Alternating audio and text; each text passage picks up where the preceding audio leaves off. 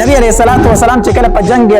بدر کې فتح ترې شو کنه نو دوه صحابه کرام ملګري کړو وی تاسو لاړ شئ او مدینه منوره کې زیره وکئ چې مسلمانانو فتح تله تاسو لاړ شئ مدینه منورې ته او هلته زیره ورکئ چې مسلمانانو فتح تله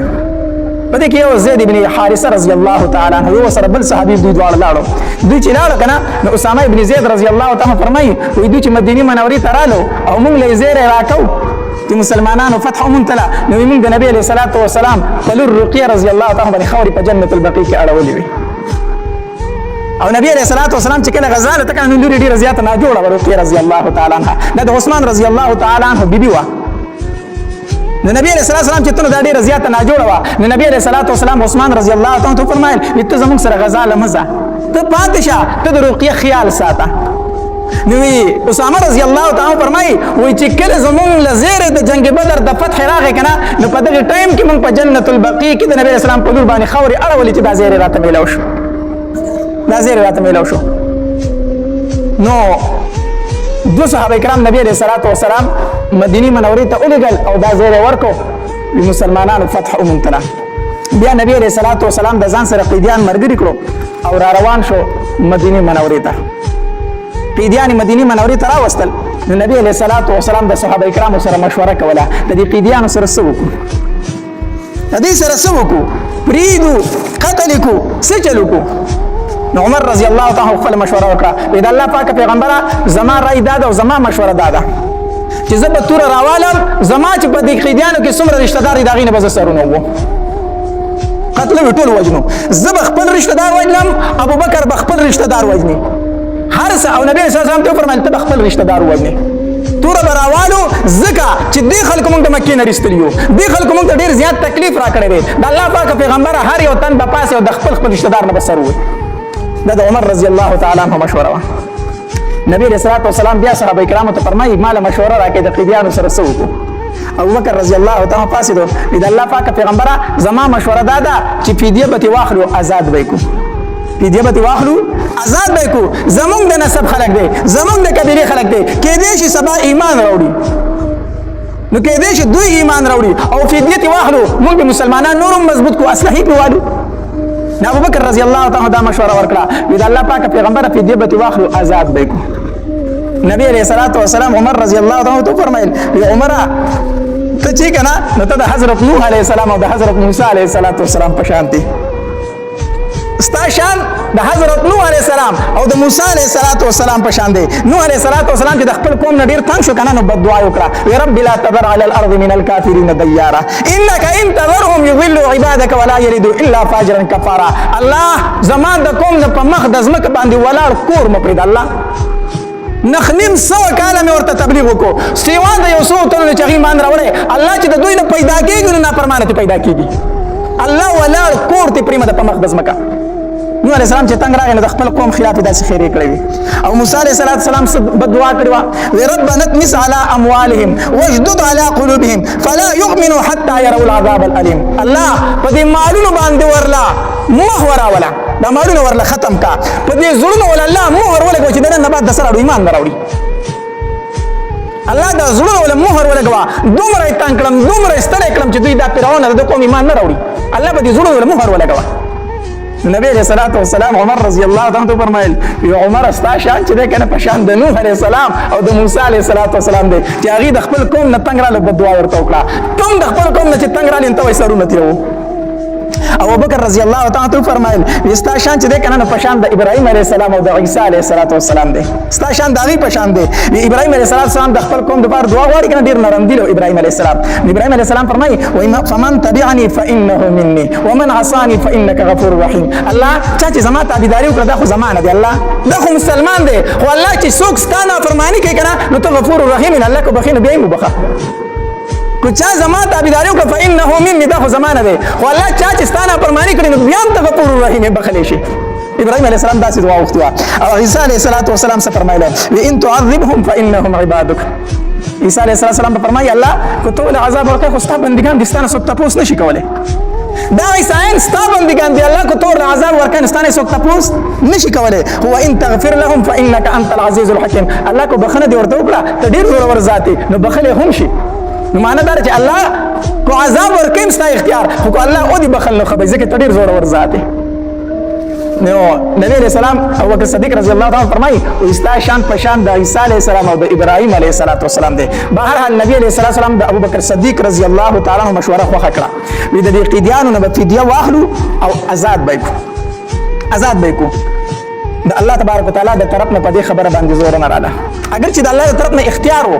کو قتل ویم تاسو ته اختیار کو فدیه ته اخریم تاسو ته اختیار خو نبی علیہ السلام فدیه غوړه کړله فدیه بیا د الله د طرف نه رټن رااله ځکه چې بعضی کسان داسې چې داغي پسونو کې لګ غونته کې بعضی کسان چې مال طرف ته معمولی غونته کې میلان ځکه چې مال غنی دا فدیه خبره ته میلو شي الله تبارک وتعالى د طرف نه راټن رااله سخت راټن رااله نبی علیہ الصلوۃ والسلام ابوبکر صدیق رضی الله تعالی عنہ داسې ناست جاړي عمر رضی الله تعالی راغی اذا الله پاک پیغمبر تاسو کوم خبره جوړي تاسو سترګونه ولې وخت بيږي نبی علیہ الصلوۃ والسلام ورته فرمایي بما كان لنبي ان يكون له اسرى حتى يسخن في الارض آیتونه تلاوت کړو چې الله تبارک وتعالى ته مشوره د عمر خو خوا چې دا ټول قتل شوی وي خو اختیار دا چې کو فدیه ته اخلي نه غسلې شي ذکر الله تعالی طرف نه عذاب را نه ځکه چې اختیار را کړی شوی وو او بیا نبی رسول الله صلی فرمایل کو دا الله د طرف نه عذاب راغلی ویني سیوا د عمر نه علاوه بل څوک نو بچي سیوا د عمر نه علاوه بل څوک بیا نو بچي بهر حال فدیه واغستا د فدیه حساب چې دام بیا د حیثیت موافقو چې څومره فدیه به د کس نه اغستش نو د سلور زرو نواله تر زرو درهم پورې فدیه د جنگ بدر د قیدیانو کې خوده شو چې څوک مالدارو نو هغه به سلور زره فدیه ورکوي چې ډیر زیات کمزور دي هغه به 1000 روپۍ فدیه ورکوي او چې بالکل طاقت نه لري هیڅ شی ورسره نشته دی نو نبی علیہ الصلوۃ والسلام هغه بلا معاوضه آزاد کړ بغیر د فدیه نه عزت تاسو ورسره ورکوي ما او کم کسان چې لیکل کولای شو کنه لیکل کولای شو نو د جنگ بدر قیدیانو کې نبی رسول الله هغه کسان منتخب کړو استاسو فدیه د زموږ ماشومان ته لیکل خو په جنگ بدر کې کوم قیدیان راغلي وو او هغه لیکل کولای شو نبی رسول الله ورته فرمایل وستاسو فدیه دا شو چې تاسو دې کسانو ته لیکل خو زید بن ثابت رضی الله تعالی عنہ دا شان لیکل زده کړو د جنگ بدر د قیدیانو نه لیکل زده کړو دا غي دا فدیه کې خو شو بهر حال خلک پراتو او فدیه به ورکول او خپل قیدی به د ځان سره بوستو چې د مکه نه خلکو فدیه د خپل قیدیانو لګل کنه نو د نبی علیہ الصلوۃ والسلام زوم ابو العاص رضی الله تعالی عنہ په دغه ټیم کې مسلمان شوی نو د جنگ بدر په قیدیانو کې راغلی وو نو د خزه چې مواد د نبی رسول الله بیبي لور د نبی رسول الله لور زینب رضی الله تعالی عنها هغه د خپل خاوند د فدیه د پاره خپل د سرو زرو هار ولېګو نو چې کله نبی علیہ الصلوۃ والسلام له هار راغی کنه او داسې ورته وکتل ځکه چې د هر قیدی په فدیه راتله نبی علیہ الصلوۃ والسلام ته مخې ته کې خو دې شو اذا الله پاک پیغمبر دا د پلان کې قیدی فدیه راغلی دا قبول کړه آزاد کړي نو نبی علیہ الصلوۃ والسلام لرا فدیه رااله د ابو العاص چې کوم ستازوم دی داغه د طرف نه دا فدیه راغلی دا هغه آزاد کړي نبی رسول الله چې داسې وکتل نو هاري مخې ته پروت دی هغه هاري راواغستو او داسې په لاسو کې اړه وراړو جو خطه کتل د سترګو مبارک نه وښ کې روان شي داسې د خار ته ګوري او جاړي داسې صحابه کرام حیران شو چې نبی رسول الله خار ته ګوري او جاړي ولې صحابه کرام ته تاسو کو دا الله پاک پیغمبر زما مور او پلار دی پتا باندې قربان شو ولې جاړي څه وجه ده نبی رسول الله والسلام د هر دې اړه وراړو پر اساس کې یره کوي تاسو خوخي کنه نو دا هر دې قیدی ته واپس کړي او دې آزاد کړي دا هر چې د خدیجه ده د نبی رسول الله چې کومه بیبي وا خدیجه رضی الله تعالی عنها هغه وفات شوی و دی وخت کې او دا زینب رضی الله تعالی چې کله و دی د کنه د دالور د خپل خار د خپل لور ته ور کړو نو چې د دې خاون گرفتار شو نو هغه د فدیه د پاره نبی رسول الله لرولېګو ای بابا ته وای چې دا ولا زما خاون آزاد کا نو نبی رسول الله چې خار ته وکړه خدیجه رضی الله تعالی عنها یاد شو نو په جړا شو خار په لاسو کې اړه وراړو د سترګو نه وخت کې دی نو صحابه کرام ته فرمایل یو استاد خو خې د خار واپس کړي دې ته د قیدی دي آزاد کړي د قیدی دي آزاد کړي صحابه کرام هر راغستو ابو العاص رضی الله تعالی عنہ ورکو پیدا واخلا او نبی رسول الله والسلام فرمایي چې دا اوس زینب له واپس ورکا زما لور مان مکه کې پاتې شه دا غي له واپس ورکا او د ابو العاص رضی الله تعالی عنہ ډیر غیرتی وو په دې باندې د مکه کفار وس کړو وي ته د نبی رسول الله دی لور له طلاق ورکا وسی په کړو په دې ځ طلاق نشم ورکولای زه به د زینب په شانتي خزه بیا چرته پیدا کما زه دې له طلاق نشم ورکولای د ابو لهب په زمانو باندې د نبی رسول الله لورګانی واده شوی کوئی دې نشوي نو ابو لهب زمانو ته دې له طلاق ورکای نو د نبی رسول الله والسلام لورګانو لغي څه ورکو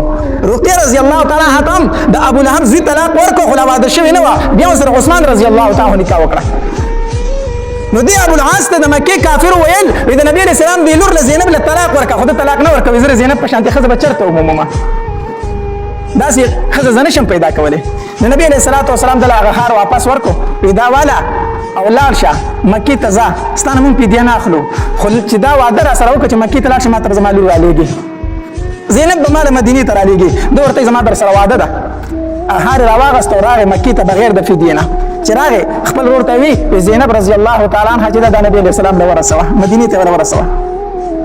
زینب رضی الله تعالی عنها هغې ورور روانه کړه سزا یې پورې بوسته هغې طرفه پسې نبي علیه السلام دوه صحابه کرام رالیږلي وو هغې بیا د نبي علیه السلام لور نبي علیه السلام نه ورسوله دغه ابو العاص ایمان په دې مقرره نه وړو ډېر مالدار او غټ تاجر و دی به شام ته تجارت لته نو یو په تجارت پوهېدو دویم امانتدار و نو خلکو به سره ډېرې پیسې ورکولې چې یاره موږ به پکې تجارت کوه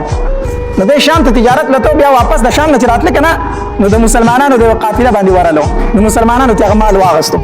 ده سره چې څومره د تجارت مال هغه ټول تی واغستو او شپه وه نو دی د هغوی نه پټ شو چې ته ما ونه وژني پټ شو مدینې منورې ته د شپې راغی چې د شپې راغی نو زینب رضی الله تعالی ځان را ورسو خپله ښځه چې هغې له ځان را ورسو د شپې هغې له ځان را ورسو نو چې کله د سهار مونځ وشو که نه نو ښځې داسې د پردې نه به اخوا وې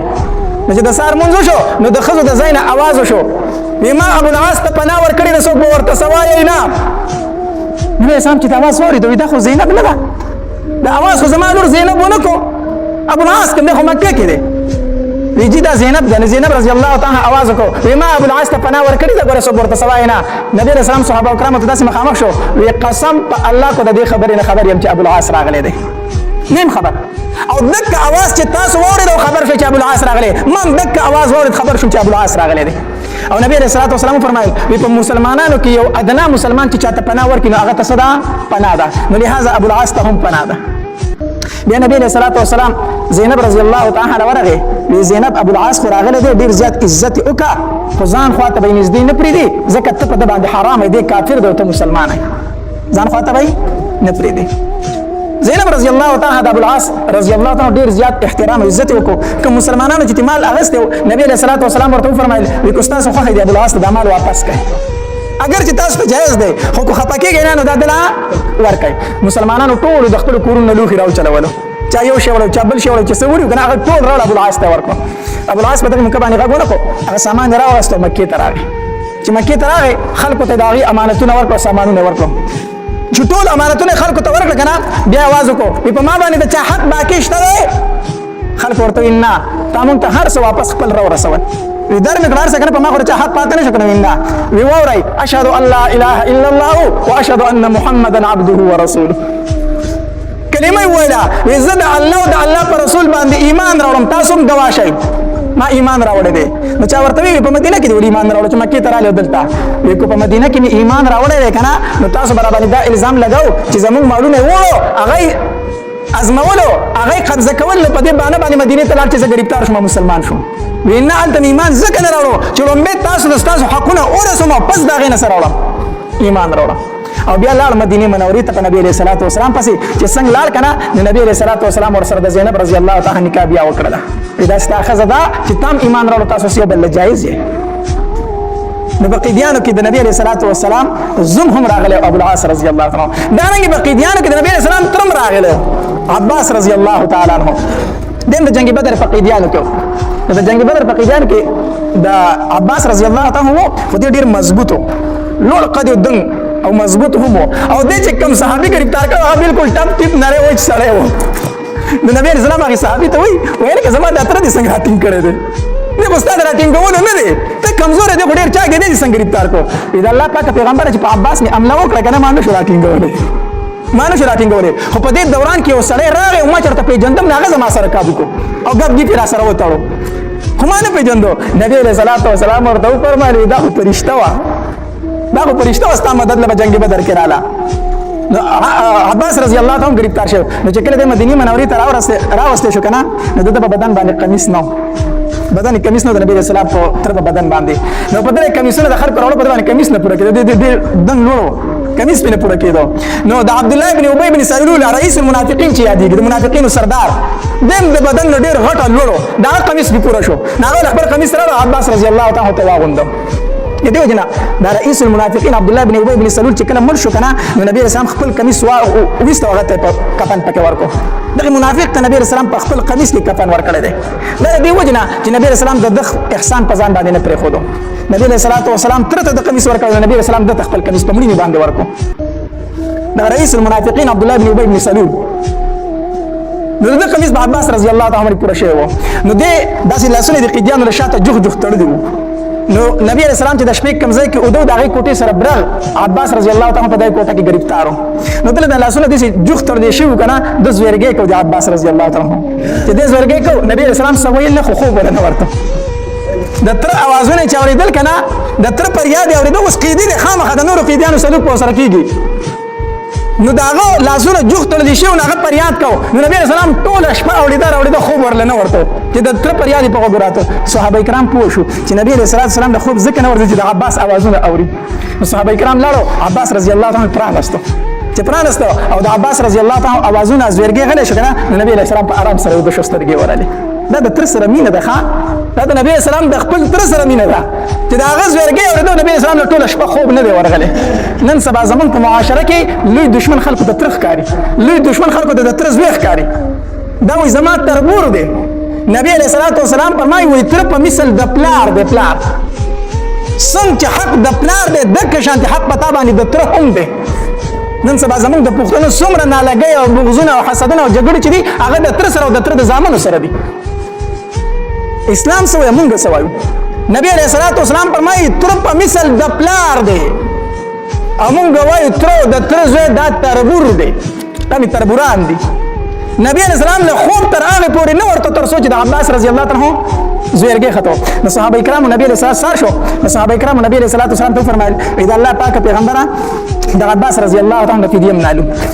د عباس نه فدیه ستا تر دې نه فدیه نه اخلي دې به آزاد کو نبی علیہ السلام فرمایل نه فدیه خو به اخلي فدیه به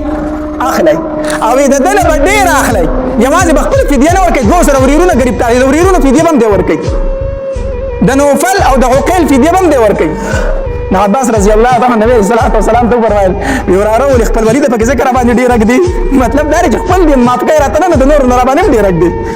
ما سره پیسې نشته ته وراره باندې فدیه ډیر رګدي ما سره پیسې نشته نبی رسول پیسې سره نشته وینا ویخه زما چاچی چې د کاکی ته چې راتلی او ام الفضل ته دی ویلو تا دواړو الته کې درشل سره پیسې خخې کړې هغه څه دي څو پیسې خو خخې کړې دي عباس رضی الله تعالی وی تا ته څنګه پته ده اخو زه دې خبرې ما هغه خبره ده کور راتلم دا پیسې د خلک چا نه ویلې دي ته په مدینه منوره کې ناسې تا څه پته ده نبی علیہ الصلوۃ والسلام ورته فرمایل ما ته زما رب ویلي دي عباس رضی الله تعالی عنہ اشهد ان لا اله الا الله واشهد ان محمدا عبده ورسوله ایمان راوړم چې ایمان راوړم بیا نبی علیہ الصلوۃ والسلام ته ویل اذا الله پاک پیغمبر د فدیه باندې لګه کا زه ته پته راځه د مخکې مسلمانو ما خو د خلکو په زور ځان سره راوستي و نبی علیہ السلام هغه معاملې د الله سره د چې مخکې مسلمان وي او کنه وي خو کو ته وینو الله به درنه د دین د چن بدل درکې د دې د چن یو ځای بیا